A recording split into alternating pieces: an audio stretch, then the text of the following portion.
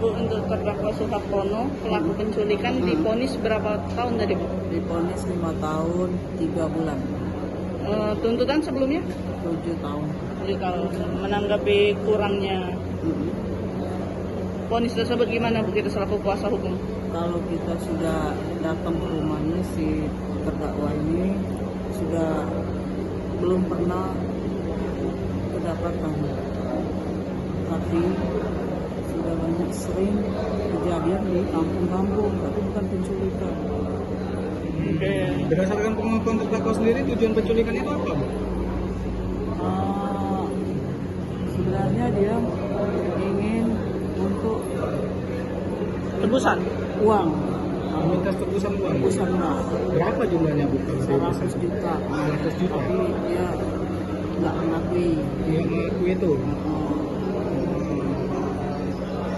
Si anak sendiri sekarang sudah ada di orang tuanya, Bu, ya? Sudah.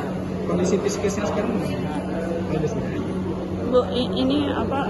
Iya, pelaku ini merupakan mantan TNI ya, Bu? TNI.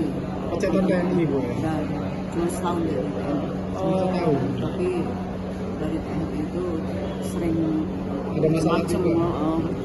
Gitu. Jadi kita sepakat dengan putusan majelis hakim. Oke, Bu. Terima kasih, Terima Bu. ya.